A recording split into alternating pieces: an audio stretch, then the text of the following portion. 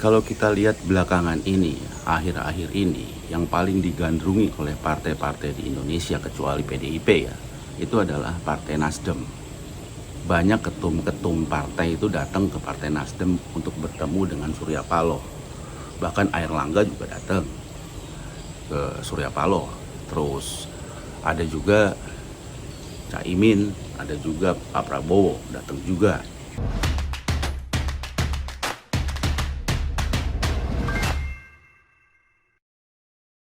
Selamat sore teman-teman Siwar TV dimanapun kalian berada.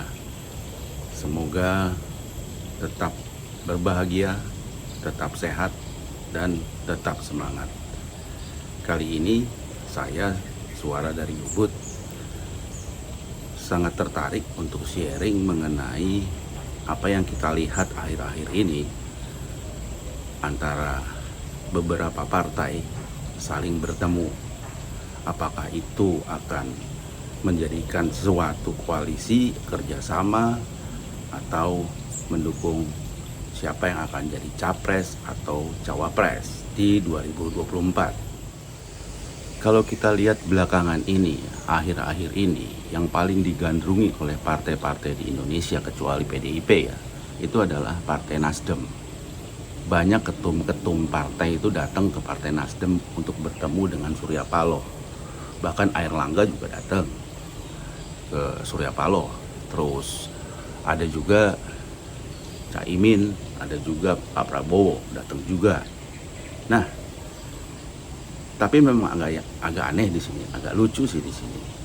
Ya, setelah Rakernas Nasdem menentukan Anies Baswedan, Ganjar Pranowo dan Andika Perkasa sebagai calon presiden mereka. Ya, kelihatannya 5 partai ini sedikit menjauh. Kalau Golkar sudah jelas, sudah punya partai koalisi yang sudah diumumkan. Dia punya teman koalisi PAN dan P3. Kemudian setelah itu muncullah koalisi baru, yaitu Gerindra dan PKB. Jadi 5 partai ini sudah membentuk koalisi.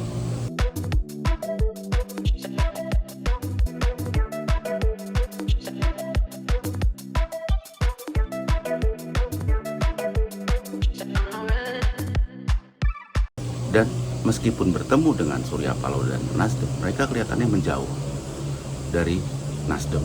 Sekarang tinggal yang paling getol mendekat itu ya Demokrat dan PKS ke Nasdem. Nah, bagaimana dengan Nasdem sendiri? 2024 itu kan masih jauh ya, masih 2 tahun lagi. Nah, aneh juga Partai Nasdem sudah kesusu kalau istilah Pak Jokowi memilih capres-capresnya. Ya, ada 3 capres mereka. Nah, sulitnya di Partai Nasdem ini yang namanya nasionalis Demokrat itu kok ya memilih Anies Baswedan yang jelas-jelas adalah bapak politik identitas Indonesia. Tapi ya sudahlah, itu udah kebijakan dari Partai Nasdem, itu hak mereka. Nah, kenapa Partai Nasdem belum menentukan koalisinya?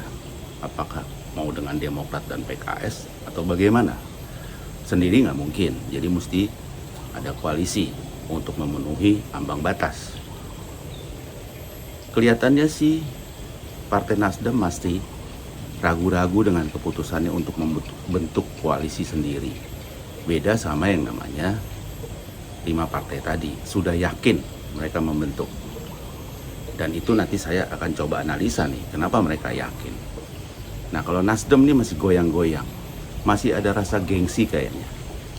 Memang ada mungkin masalah dengan PDIP ya, antara Surya Paloh dan Megawati. Jadi Surya Paloh mungkin masih merasa gengsi. Jadi dia coba untuk menjadi superstar baru di luar Megawati. Tetapi yang kasihan sih, saya lihat memang hingar-bingar kelihatannya. Tetapi ternyata yang benar-benar serius ingin membangun koalisi dengan Nasdem ya hanya 2 partai. Partai PKS dan Demokrat. Yang lain kelihatannya enggak tuh. Bahkan mereka udah buat sendiri. Disinilah sebetulnya Nasdem bingung harus menentukan sikap nih sekarang Nasdem. Tapi masih 2024, masih lama. Silakan aja Surya Paloh berpikir supaya berubah. Karena kalau tidak berubah, Nasdem akan ditinggalkan pasti. Pasti ditinggalkan. Kelima partai yang sudah membangun koalisi ini, yaitu Gerindra dengan PKB, kemudian Golkar dengan P3 dan PAN, sangat kelihatan bahwa mereka ini ingin menjaga kontinuitas pembangunan. Jadi ingin menjaga legasi Pak Jokowi.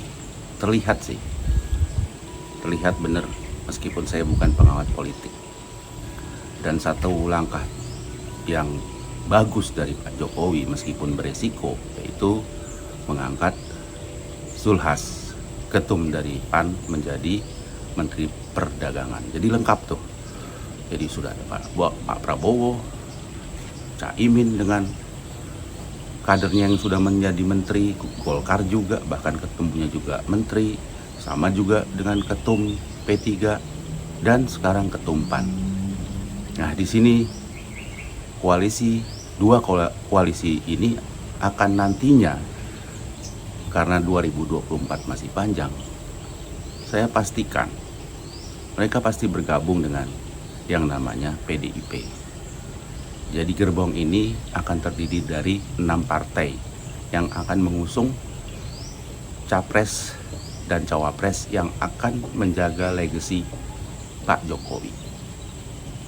Dan mereka ini tidak akan mau menjadi pemain cadangan atau menjadi pemain di luar lapangan. Mereka ingin tetap menjadi atau terlibat di dalam pemerintahan, tidak ingin menjadi penonton saja. Pasti itu, semua partai politik pasti seperti itu, mencari kekuasaan. Nah, kekuasaan itu bukan cuma capres dan cawapres, tetapi menteri kabinet juga merupakan kekuasaan, meskipun di bawah presiden dan wakil presiden. Itu sih analisa saya kalau menurut koalisi 5 partai ini. Ya, 5 partai ini membuat 2 koalisi. Terus kemudian di mana Nasdem? Nah, Nasdem semoga aja nggak gengsi. Ya, semoga nggak gengsi di hiruk pikuk seperti ini. Moga-moga 2024 sudah bisa berpikir dan bergabung kembali dengan gerbong 6 partai sebelumnya. Nah, tinggal Demokrat dan PKS yang nanti akan ada di luar pemerintahan kembali. Kalau sudah seperti itu ya harap maklum itu. Bisa-bisa 2029 hilang dari peredaran. Demikian teman-teman Silver TV, sharing dari saya yang sok-sokan jadi pengamat politik nih. Pengamat politik, tapi masih kelas ubud lah gitu, kira-kira seperti itu. Tapi ya saya hanya mau sharing aja dengan hiruk pikuk partai politik sekarang ini. Baik teman-teman Silver TV, saya Suara dari Ubud, pamit. Partai Demokrat dengan Partai Nasdem yang semakin intens membuat koalisi yang akan dibangun akan segera terwujud. Partai Nasdem yang telah mengumumkan 3 nama bakal calon presiden yang diusung dalam Pesta Demokrasi 2024 seakan menjadi magnet bagi partai lain.